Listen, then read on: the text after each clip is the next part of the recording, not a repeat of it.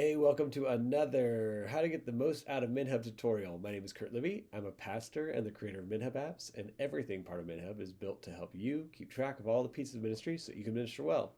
Today, we're talking about how you can use MinHub to record financial tracking data if your kids or youth ministry happen to hold on to funds for your kids and students to be able to use those funds for events, snack bar tabs, etc.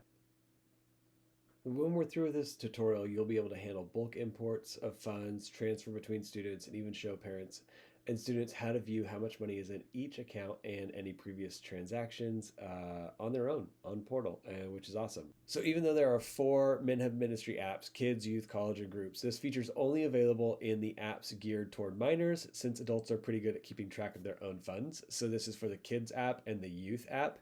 They work in similar ways. So if you learn one, you'll be able to track finances in either, but this is not like a giving record for like um, tax purposes and stuff like that. This is for keeping track of finances that let's say you did a fundraiser or something like that, and those funds are being held by the church and then can be used by the kids later down the road.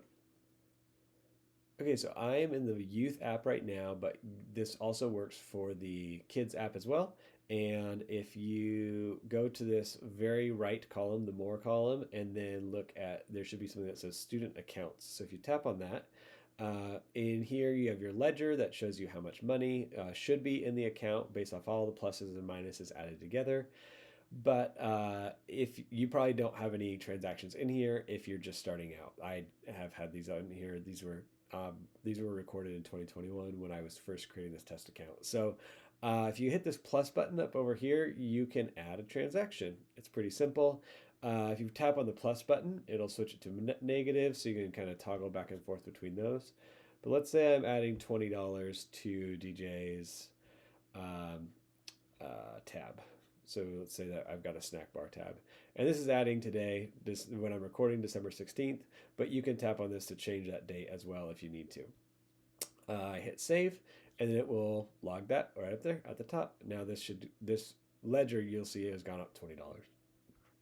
Another thing that I can do is, let's say that I actually want to do a transfer.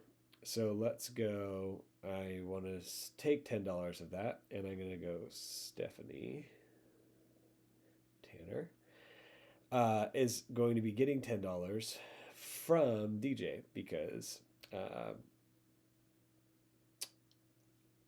Danny came, gave $20 for DJ, but we actually needed to get 10 to each. So I'm going to transfer that, and I'm going to hit save, and now you can see that it looks like Stephanie got minus $10 and DJ got an extra 10. So I need to make sure that I do it the right way. So I'm going to change this to a positive and that to a negative. So you just got to get used to it the way that it's going to transfer the money between the two. I think it takes it from the first one and transfers it to the second one. So I just did it in the wrong order. So that's how you can add transactions one at a time. Over here, you can also see that you can choose different formats if you happen to be in another country, and then you can display this on the student screen as well. One thing to note is that these are all in total dollar amounts. There's no change involved. It's just a little bit complicated and probably not super necessary to get like 25 cents at a time. So I just made it a little bit simpler. So once I toggle that on, though, that you can see it on the student screen. If I come over here to the students and I look at DJ, you can see here that her total is $10. And then if I come in here and look, you can see all the transactions that have happened over time, ski trips, fundraisers, etc. So, and it shows that her total balance is $10. You can also add transactions in here as well, where it automatically selects the student that you're on if you want to do it that way. So let's say that somebody brought in Denise is at negative $3 for a skate event, and so let's say that she's trying to pay that off, and she brings her $3 at youth group, and I can log that, and now she's back up to 0. So I don't have to pick the student if I'm on the student's detail screen.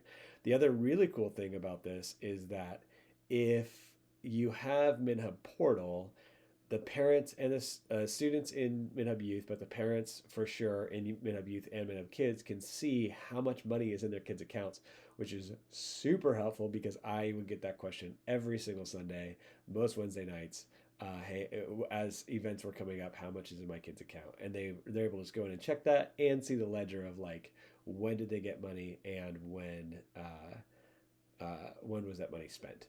So uh, I'll show you a little bit about how to do the bulk import, but real quick, I just want to do a word about MinHub Sync and MinHub Portal. So one of the reasons MinHub Sync might be good for you is because you've got some other leaders that are helping you track some of this information. So if you're the primary ministry leader and you've set up this database, then you're going to have all these options in your settings. But if I'm going to log out real quick and go to Claire Huxtable and log in for her, go through the little, all right. So she has much less information in here that she's able to see. So I'm going to go log back into my primary ministry leader account. And if I go over here into staff roles, you can see that there's a thing called student finances admin. So if you create, or if I add Claire Huxtable as a student finances admin, then I log out, log back in as Claire, and she now has student accounts in her list. So she can actually jump in and help you manage those student accounts as well. So here's a little word about getting MinHub Sync and MinHub Portal. So if you're just using MinHub for free on your one device, and you don't have any other staff connected on MinHub yet, then you don't have MinHub Sync. But if you want to start connecting more devices, so you can equip and empower your leaders, and so that your parents and students can get that information about what's in their account in their portal app. You can find out more about that and sign up for a 30-day free trial at minhubsync.com, and that will take your database, make it into a cloud database that is shared amongst a bunch of devices for you and your staff and your volunteers, as well as your parents, your students, and your not your kids. We don't have MinHub Kids doesn't have portal for kids; it's just for the parents. But for MinHub Youth, you can get it for the parents and the students so they can see, again, the amount of money that is in those accounts. Okay, so that's one at a time, but there are times, like let's say you do a car wash and you want to add a bunch of different funds to a bunch of different kids at the same time, or you go to an event and you want to maybe subtract $5 for the event from 30 different kids. It's really annoying to have to go through and do that over and over and over again. So one of the things that you can do here is you can import the CSV, which is a comma separated value, which comes from like Google Sheets, Microsoft Excel, something like that. So to get more information about that, you can go to CSV templates here, and it will open up the how-to article about your student accounts. And then if you scroll down a little bit, which just actually tells you how to get all this stuff and how to basically everything that I'm showing you in this video. But you can see this transactions CSV template. So if you get that CSV template, you can download that, and then you could put in your students, how much to add or subtract, and any notes that are going to go along with that, as well as the date. So those are the different columns. You just got to make sure that you format it correctly.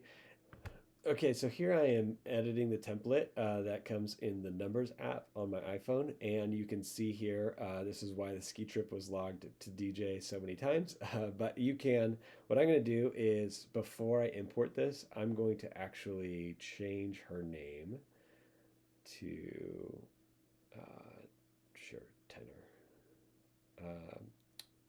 and I'm going to save that, so that when it comes in, if the name matches exactly, the first name and last name, it's just going to import perfectly. But sometimes the names get a little bit misspelled, or it might be a little bit different in the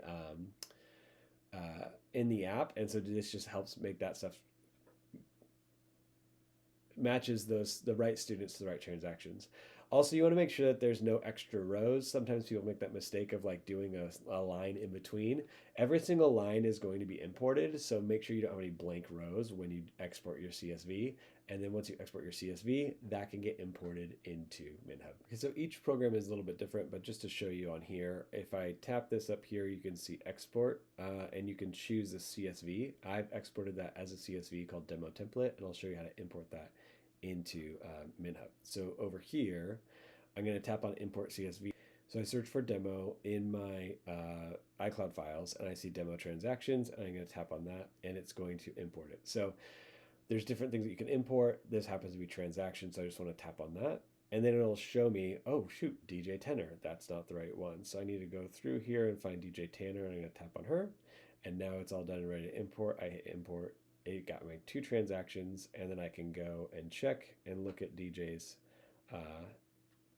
Now DJ has another ski trip that she's been added into her, which is down here where the date is, because I have an old date on that template. So, but that's how you're able to log a lot of transactions very quickly, upload them into the app, and then it will add into your ledger in a way that is actually helpful. So again, the goal here is to help you keep track of all the pieces of ministry so that you can minister well. And I've tried to make tracking these finances flexible enough so that you can just put in anything in there that is helpful for you. It definitely scratched my own itch in making sure that I knew how much money was supposed to be in that account. But hopefully it helps you as well.